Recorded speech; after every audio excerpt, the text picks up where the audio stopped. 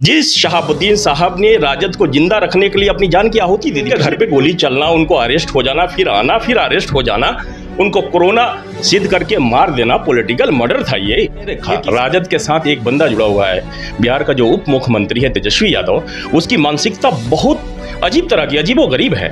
जिस एमओआई समीकरण ने राजद को बिहार में और पूरे हिंदुस्तान में जिंदा रखा, उसी को एमओआई समीकरण को तेजस्वी ने पीछे फेंक दिया। राजनीति इतनी आसान नहीं है। इसने एक एक्सपेरिमेंट कर दिया। अल्लाह तबारक व तआला और गोपालगंज की जनता ने इसको लात मारा। हिना साहब ने अपने हस्बैंड को खो दिया और बिहार ने, सिवान के लोगों ने अपने शेर, एक बहुत बड़ी एक गद्दावर नेता को खो दिया। देखिए, ये जो हार हुई है ना, इसके केवल माइनॉरिटीज से नहीं हुई है। शहाबुद्दीन साहब के आइडियोलॉजी को मानने वाले लोगों ने इसको पीछे धकेला है, इसको इसकी औकात दिखाई है। BA, BCom, BSc, MA, MCom करें विश्व की सबसे बड़ी यूनिवर्सिटी इग्नू से। सॉल्व असाइनमेंट्स और गाइड बुक्स प्राप्त करें। संपर्क करें Mahakal computers, DAV PG college के पास, पंच मंदिरा मोड़ से दाहिने, सिवान। निकोरिया मासिक अनियमितताएं, बच्चेदानी में गांठ, बच्चेदानी बाहर निकालना और डिलीवरी से जुड़ी हर समस्याओं के लिए आज ही आए डॉक्टर वंदना कुमारी के पास। पता है डॉक्टर रामाजी चौधरी से 100 कदम पूरब, डॉक्टर कॉलोनी, सिवानी। अधिक जानकारी के लिए नीचे दिए गए नंबर पर कॉल करें। नमस्कार, न्यूज इंडिया तक दिख रहा है आप, और आपको बता दें कि बिहार विधानसभा में 2 सीटों पर हुए उपचुनाव के नतीजे आ चुके हैं। आपको बता दें कि बिहार और गोपालगंज के 2 सीटों पर उपचुनाव हुए थे। बिहार की मोकामा सीट की बात करें तो वहां से बाहुबली नेता अनंत सिंह की पत्नी नीलम देवी लगभग 16,000 वोटों से चुनाव जीत चुकी हैं।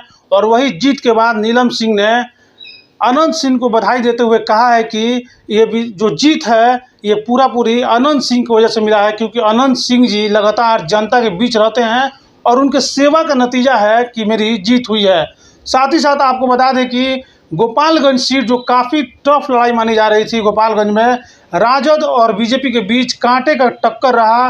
काउंटिंग में लगभग 23 राउंड जो गिनती हुआ, पूरे 23 राउंड के दौरान कभी राजद ऊपर, कभी बीजेपी ऊपर, लगातार इस तरह की प्रक्रिया चली, लेकिन अंत में बीजेपी ने 2300 वोटों से इस चुनाव को जीत लिया। और इसी में बातचीत करने के लिए हमारे साथ मोहम्मद जबीउल्लाह अहमद जी मौजूद हैं। जबीउल्लाह अहमद जी का परिचय आपको करा दें। ये आम आदमी पार्टी से हैं और बड़हरिया विधानसभा से भावी विधानसभा प्रत्याशी भी हैं। इनसे हम बातचीत करेंगे और जानने का प्रयास करेंगे कि जो गोपालगंज सीट पर नतीजा आया है उसको लेके क्या कहेंगे। क्योंकि आपको बता दें कि गोपालगंज जो सीट था उसको लेकर चर्चा इसलिए हम करेंगे क्योंकि गोपालगंज सीट पर जहां पे राजद अपना उम्मीदवार मोहन प्रसाद गुप्ता को बनाया था राजद ने, तो वहीं आपको बता दें कि बीजेपी ने वहां से सुभाष सिंह, जो कि स्वर्गीय सुभाष सिंह जी का देहांत होने के बाद वो सीट खाली हो गया था, उनकी पत्नी कुसुम देवी को चुनावी मैदान में उतारा था। लेकिन जो सबसे बड़ी चुनौती तेजस्वी यादव को मिल रही थी वो उनकी अपनी मामी इंदिरा यादव दे रही थी। इंदिरा यादव तेजस्वी यादव को लगातार चुनौती दे रही थी, क्योंकि साधु यादव की पत्नी है इंदिरा यादव, और इंदिरा यादव चुनावी मैदान में कहीं ना कहीं राजद को इफेक्ट पड़ा है उनकी वजह से। साथ ही साथ आपको बता दें इस बार विकल्प था मुसलमानों के पास, जो माई समीकरण राजद बात करती है तो विकल्प भी था। माई समीकरण में आपको बता दें कि यहाँ पे MIM ने अपना उम्मीदवार अब्दुल सलाम साहब को उतारा था। अब्दुल सलाम साहब जो कि पूर्व में मुखिया रह चुके हैं, यहाँ से उम्मीदवार थे, और कहीं ना कहीं माइनॉरिटी जो वोट है उस पर उन्होंने इफेक्ट डाला है। लेकिन सबसे बड़ी बात जो फैक्टर की हम बात करेंगे वो है शहाबुद्दीन फैक्टर। क्योंकि शहाबुद्दीन फैक्टर की बात हम इसलिए कर रहे हैं कि चुनाव से 4 दिन पहले जो शहाबुद्दीन के समर्थक है उनके द्वारा राजद के विरोध में कैंपेनिंग की गई, और लगातार कई सारे लोग, जिसमें जबीउल्लाह जी भी मौजूद हैं, इन्होंने भी लाइव आके बातें कही थी, जिसको करीब 2.5 से 3 लाख लोगों ने देखा, लगभग 2000 से ज़्यादा लोगों ने शेयर किया। और उसमें जाके जो कैंपेनिंग चली थी, शहाबुद्दीन फैक्टर क्या था पूरा मामला, इस पर भी बातचीत करने का प्रयास करेंगे। लेकिन इससे पहले एक चीज़ आपको बता दें, जब शहाबुद्दीन समर्थक लगातार राजद के विरोध कर रहे थे उस समय ओसामा साहब और हिना साहब के द्वारा कोई इस तरह का बयान नहीं आया था कि आपको राजद का विरोध करना है। ये बात मैं क्लियर कर दूं कि ओसामा साहब और शहाबुद्दीन साहब की जो पत्नी है वो बिल्कुल साइलेंट मूड में थे कि उनको चुनाव से मतलब नहीं है। लेकिन जो भी किया सब उनके समर्थकों ने किया। समर्थक लगातार कैंपेनिंग करते रहे विरोध में, और नतीजा ये हुआ कि आज वहाँ से राजद को चुनाव हारना पड़ा। लेकिन किस फैक्टर से आ रहा है इस पर बात करें। जबीउल्लाह जी, स्वागत है आपका। देखिए भाई, बहुत बहुत शुक्रिया आपके न्यूज़ चैनल को, और आपके न्यूज़ चैनल के थ्रू जितने भी बिहार के लोग हैं सबको मैं बहुत बहुत बिहार के लोग और ख़ासकर गोपालगंज के लोगों को बहुत बहुत धन्यवाद बोलना चाहूँगा कि जिस तरह से राजद ने आप एमओआई समीकरण को क्या कर दिया, इसने पीछे रख दिया, पीछे धकेल दिया। राजद ने नहीं रखा। राजद के साथ एक बंदा जुड़ा हुआ है, बिहार का जो उप मुख्यमंत्री है तेजस्वी यादव। उसकी मानसिकता बहुत अजीब तरह की, अजीबोगरीब है। जिस एमओआई समीकरण ने राजद को बिहार में और पूरे हिंदुस्तान में जिंदा रखा, उसी को एमओआई समीकरण को तेजस्वी ने पीछे फेंक दिया। कैसे मानते कि माई समीकरण को तेजस्वी यादव ने पीछे फेंक दिया? आप शहाबुद्दीन साहब की परिवार देखो। शहाबुद्दीन साहब के परिवार को इग्नोर कर देना, दरकिनार कर देना, ये कितनी बड़ी विडंबना है बिहार के राजनीति के लिए, सिवान के राजनीति के लिए कितनी बड़ी विडंबना है, गोपालगंज के राजनीति के लिए कितनी बड़ी विडंबना है। जिस शहाबुद्दीन साहब ने राजद को जिंदा रखने के लिए अपनी जान की आहुति दे दी, पिछले वीडियो में मैंने बोला था, कंप्रोमाइज नहीं किया शहाबुद्दीन साहब ने। और शहाबुद्दीन साहब के बाद जितनी भी घटनाएं घड़ी, उनके घर पे गोली चलना, उनको अरेस्ट हो जाना, फिर आना, फिर अरेस्ट हो जाना, उनको कोरोना सिद्ध करके मार देना, पॉलिटिकल मर्डर था ये किसके वजह से हुआ? राजद के वजह से हुआ। आप जो बोले शहाबुद्दीन साहब, ये गोपालगंज के लोगों के लिए बहुत बहुत शुक्रिया, उनको बहुत बहुत धन्यवाद कि आपने एक आदमी जो घमंड, मतलब रावणी सोच रखता है, घमंड रखता है, अपने आप को विद्वान समझता है, अपने आप को बहुत बड़ा राजनीतिक पंडित समझने लगा है, उसने एक पॉलिटिकल एक्सपेरिमेंट किया गोपालगंज में। उपचुनाव में क्या था? ये पॉलिटिकल एक्सपेरिमेंट था कि यहाँ शहाबुद्दीन साहब के परिवार को दरकिनार कर दो। शहाबुद्दीन साहब के परिवार का मतलब आप समझ रहे हैं?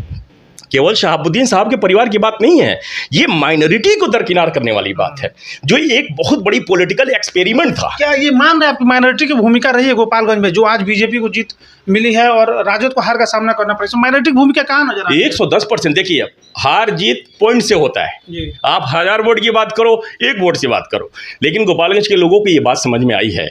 अगर ये बात समझ में नहीं आई तो फुल मेजोरिटी 50,000 वोट से राजद जीत रही थी। वहाँ 60,000 वोट है माइनॉरिटीज के। वहाँ आपको बता रहा हूँ मैं, 60,000 वोट है। वो 60,000, कुछ लोग अभी भी इसके सपोर्ट में रहे। क्यों सपोर्ट में रहे? इसलिए रहे कि वहाँ उनके गांव का है, उनके मोहल्ले का है, उनके जिले का है, जिसकी वजह से इसको कुछ वोट मिल गए। और इंशाअल्लाह रहमान, अगर इसका तकब्बुर और घमंड नहीं टूटा तो आने वाले इलेक्शन में सिवान जिला के पूरे बिहार के माइनॉरिटीज जो है इसको रास्ता दिखा। मतलब आप ये कहना चाहते हैं कि जानबूझ के तेजस्वी यादव द्वारा शहाबुद्दीन परिवार को दरकिनार किया गया इस चुनाव में, चूंकि कहीं भी कैंपेनिंग का हिस्सा नहीं बनाया। 2020 विधानसभा में हिना साहब को यही तेजस्वी यादव अपने हेलीकॉप्टर से लेकर प्रचार में जाते थे, ये बात सच है।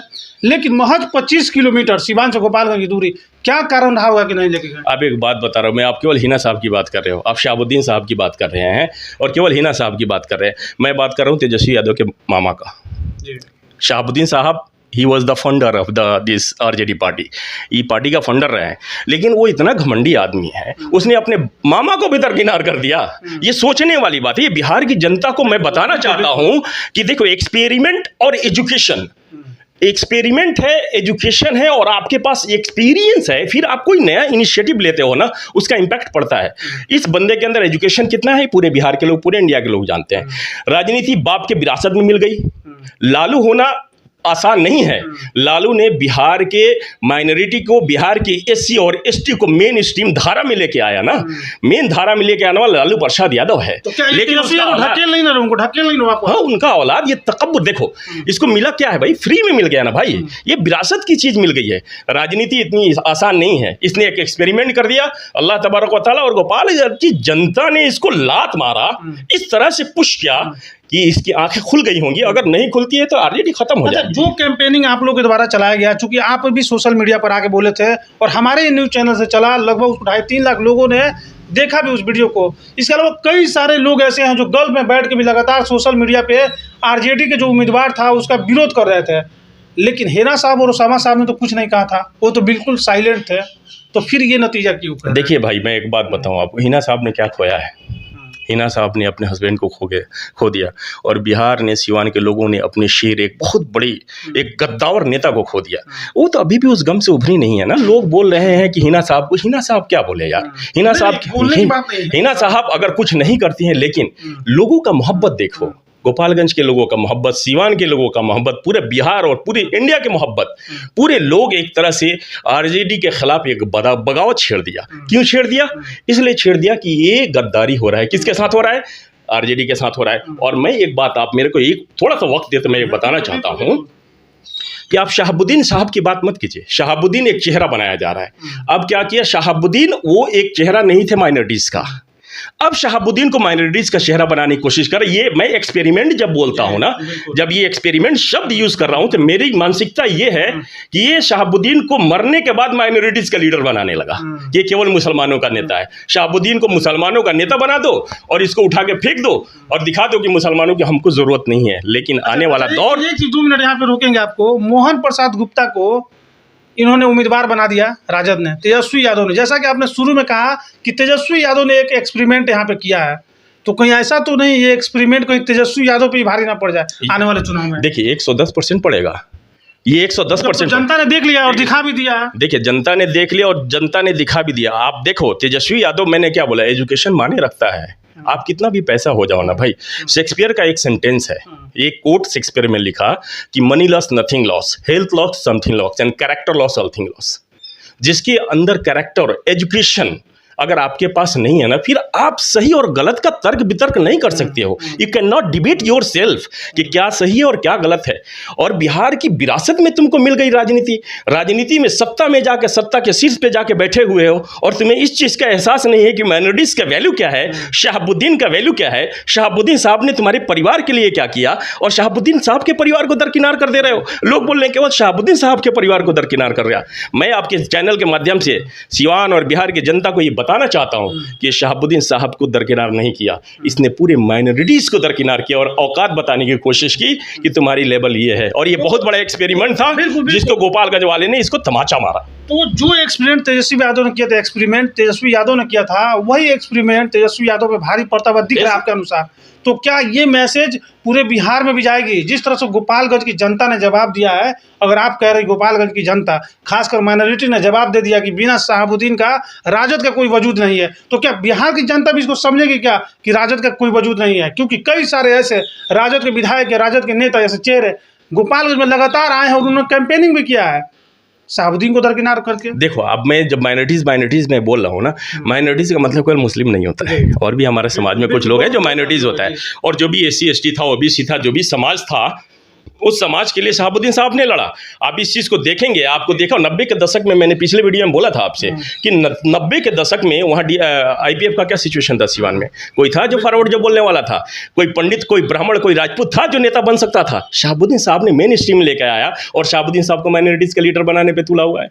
देखिए ये जो हार हुई है ना, इसकी केवल माइनॉरिटीज़ से नहीं हुई है, शहाबुद्दीन साहब के आइडियोलॉजी को मानने वाले लोगों ने इसको पीछे धकेला है, इसको इसकी औकात दिखाई है और वहाँ की जनता ने दिखाई है। केवल मुसलमानों की लड़ाई नहीं है, ये SC ST OBC और फॉरवर्ड सबकी लड़ाई है, क्योंकि शहाबुद्दीन लीडर सबके थे, वो केवल माइनॉरिटीज के लीडर नहीं थे। और इसके लिए बहुत बड़ा मैसेज है और पूरे बिहार के लोगों को ये मैसेज, पूरे दुनिया में मैसेज गया है भाई, इंडिया में मैसेज गया है। भारत के लोग, हमारे यहाँ दिल्ली में कुछ लोग रहते, उन्होंने फोन किया, अरे शहाबुद्दीन को उसने नहीं पूछा, हार गया। एक मैसेज गया है यार।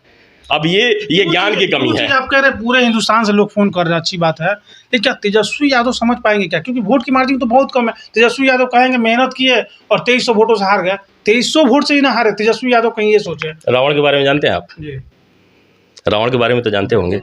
राम से कहीं बहुत ज़्यादा विद्वान था रावण, बहुत बड़ा ज्ञानी था रावण, लेकिन रावण को क्या डुबाया? उसका तकब्बुर, उसका घमंड उसको डुबो दिया। ठीक है, वो विद्वान भी था, ज्ञानी भी था, वो ब्रह्मा का पूजा करता था, ब्रह्मा उसके हाथ में थे, लेकिन उसका तकब्बुर ने उसको डुबो दिया।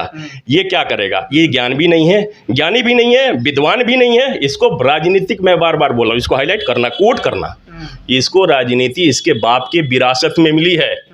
अब बाप की विरासत को जो संभाल कर आता है उसको बोलते हैं कुपूत, सुपूत, और जो बाप के विरासत को गंवा दे उसको क्या बोलते हैं? कपूत।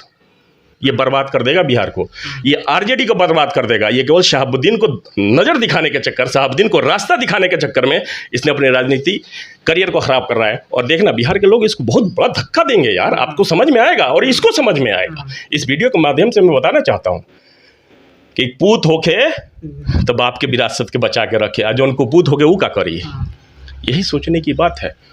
और जो आप बोल रहे हैं कि ये करेंगे कि नहीं करेंगे, मैंने बोला ज्ञान का होना बहुत ज़रूरी है यार। एजुकेशन मैटर्स, ज्ञान माने रखता है। आपको देखिए, ज्ञानी ही आदमी को इंसान बनाता है। जानवर और इंसान में फ़र्क क्या है? ऊपर वाले ने ये ट्रांसफार्मर दिया ना, इसको तर्क वितर्क करने की ताकत होनी चाहिए। और किसको होगा? जिसको ज्ञान होगा। जो ज्ञान ही नहीं है, जो तकब्बुर में 9वीं फेल है भाई, वो 9वीं पास है, 9वीं डिग्री होल्डर है, 9th का डिग्री लेके वो घूम रहा है, उप मुख्यमंत्री बना हुआ है। मेरे को तो कभी कभी हंसी आता है नीतीश जी पे। उन्होंने किसके साथ टाई अप किया? नीतीश एक मजे हुए पॉलिटिशियन है। नीतीश किसके साथ लड़ने वाले हैं? लालू प्रसाद यादव के साथ। लालू प्रसाद यादव को टक्कर देने वाले ने था, उनने किसके साथ कॉम्प्रोमाइज़ कर लिया?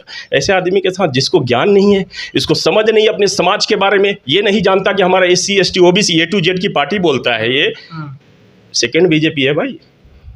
मोहन गुप्ता को देखें आप, चड्डी में देखे होंगे आप, RSS का बंदा है वो। तो सोचना उन लोगों का है। और एक मैसेज और देना चाहता हूँ, जो भी SC ST है ना आपके समाज में, हमारे समाज में सिवान, बिहार, ऊपर गोपालगंज, जितने भी लोग ये समझते हैं कि हमारा पार्टी है, बीजेपी हमारा पार्टी है, आपके साथ छलावा हो रहा है।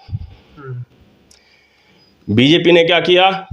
उसने अपने आइडियोलॉजी को इम्प्लीमेंट कर दिया, और इसने भी एक चड्डीधारी को इम्प्लीमेंट कर दिया, आगे ले जाके नेता बनाने की कोशिश किया, जिसको जनता ने इग्नोर कर दिया, नकार दिया। एक आखिरी सवाल आपसे जानना चाहेंगे, जिस तरह आप कह रहे हैं कि तेजस्वी यादव जो कि सेकेंड बीजेपी आप उनको बता रहे हैं, सेकंड बीजेपी, राजद को सेकेंड बीजेपी बता रहे हैं, इसकी मानसिकता वैसी है। तो क्या ये माना जाए कि जिस तरह से आज नतीजे आए हैं, आने वाले दिनों में इससे भी बैक जाएंगे तेजस्वी यादव? 110% जाएंगे। इससे पहले नीतीश जी का टाई अप किसके साथ था भाई? आप हमसे दोस्ती। तेजस्वी यादव की रणनीति भी तो काम आई है। आप मेरी बात सुनोगे? बीजेपी के साथ सत्ता में थे नीतीश कुमार, तो तेजस्वी की रणनीति काम आई, तभी तो फिर से तेजस्वी यादव सत्ता में आए, डिप्टी CM भी बन गए। आप मेरी बात सुनो, आपसे हमारी दोस्ती कब होती है? जब हमारी आइडियोलॉजी, हमारी सोच मिलती है।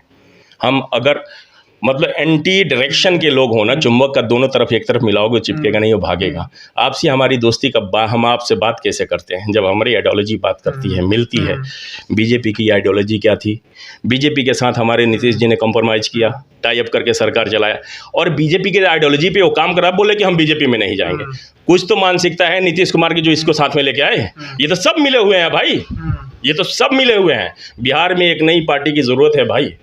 आने वाला दौर और आने वाला राजनीति, बिहार की राजनीति तय करेगी एक नई पार्टी जो कमिंग फ्यूचर बिहार में आने वाली है। अच्छा, जिस तरह से पूरे चुनाव के दौरान ओसामा साहब और हिना साहब बिल्कुल साइलेंट रहे, उन्होंने कुछ नहीं कहा, जो कहना था उनके समर्थकों ने कहा और जो करना था उनके समर्थकों ने किया। क्या वक्त आ गया कि हिना साहब को खुल के सामने आना चाहिए? इस बात से मैं इत्तेफाक रखता हूं, और ये मेरा पर्सनल व्यक्तिगत राय है। मैं इतना बड़ा आदमी नहीं हूं कि उस परिवार को, मैं उस परिवार को और उतने बड़े लोगों को कोई राय दूं, लेकिन ये मेरा व्यक्तिगत राय है कि अगर आपको राजनीति में रहना है तो आपसे विनम्र विनती है, तहे दिल से हाथ जोड़ से रिक्वेस्ट है कि अपनी विरासत को बचा लीजिए, अपनी विरासत को बचा ले। हो सकता है कि तेजस्वी यादव इस परिवार को इसलिए इग्नोर करना चाहता है क्योंकि इस परिवार की राजनीतिक करियर को ख़त्म करने का सोच रहा हो। ये परिवार नहीं बोल रहा है, क्यों नहीं बोल रहा है? देखिए, पढ़े लिखे में और जाहिल में फ़र्क होता है भाई, ठीक है? आप ओसामा की बात करते हो और तेजस्वी की बात करते, कहाँ टिकता है ओसामा के सामने तेजस्वी? बहुत डिफरेंस है एजुकेशन में भाई। वो कहाँ LLB किया है, वो 9th पास है यार, वो कैसे इनको आगे लेके आएगा? वो तो उसको डर है, जैसे शहाबुद्दीन साहब से इसके पूरे परिवार को डर था, RJD को डर था कि अगर शहाबुद्दीन जिंदा रहा तो RJD के शीर्ष नेतृत्व पे जाएगा, इसलिए शहाबुद्दीन का पॉलिटिकल मर्डर करा दिया गया। आज ओसामा क्यों नहीं ले आ रहा है साथ? इसको डर है कि लोग ताना देंगे। मैं आज बोल रहा हूँ ना कि वो 9वीं फेल है। आने वाला दौर में पूरे बिहार की जनता इस बात को बोलेगी कि तेजस्वी 9वीं फेल है, हम उसको एक्सेप्ट नहीं करते हैं, क्योंकि इसकी आइडियोलॉजी बीजेपी से मिलती है, इसकी आइडियोलॉजी समाज विरोधी है, इसकी आइडियोलॉजी माइनॉरिटीज विरोधी है, लोग एक्सेप्ट नहीं करेंगे। बिल्कुल। चलिए, तो ये नजमुल्ला अहमद जी थे जो कि अपनी राय रख रहे थे गोपालगंज उपचुनाव पे। गोपालगंज उपचुनाव में जो चुनावी नतीजे आए हैं, कहीं ना कहीं बड़ा झटका राजद को लगा है, क्योंकि राजद लगातार इस सीट पे मेहनत कर रहा था। तेजस्वी यादव बिल्कुल ग्राउंड पे उतर के मेहनत कर रहे थे, और उससे पहले तेजस्वी यादव बतौर डिप्टी CM कई सारे शिगुफा उन्होंने छोड़ा हुआ था। उन्होंने कहा था कि थावे में जो मंदिर है उसमें भी काम होगा, साथ ही साथ उन्होंने ये भी कहा था कि जो अस्पताल है उसको मॉडल अस्पताल बनाया जाएगा। कई सारे शिगुफा उन्होंने छोड़े, और कई सारे लोगों को, कई सारे माइनॉरिटी के विधायक को, कई सारे माइनॉरिटी के नेताओं को उन्होंने ज़मीन पे भेजा मदद करने के लिए। जो उम्मीदवार थे उनके, मोहन प्रसाद गुप्ता, उनकी मदद सभी ने की, लेकिन लास्ट तक जो शहाबुद्दीन के समर्थक थे वो भारी पड़ गए तेजस्वी यादव पे, ऐसा शहाबुद्दीन समर्थकों का कहना है। ऐसे तमाम खबरों के लिए बने रहे न्यूज़ इंडिया तक के साथ। स्टूडेंट क्रेडिट कार्ड के साथ करें job oriented course, BTech, polytechnic, hotel management सहित अन्य प्रोफेशनल कोर्स। एडमिशन के लिए आज ही संपर्क करें एनराज एजुकेशन एंड वेलफेयर ट्रस्ट, आंध्रढाला ओवरब्रिज के नीचे, सिवान।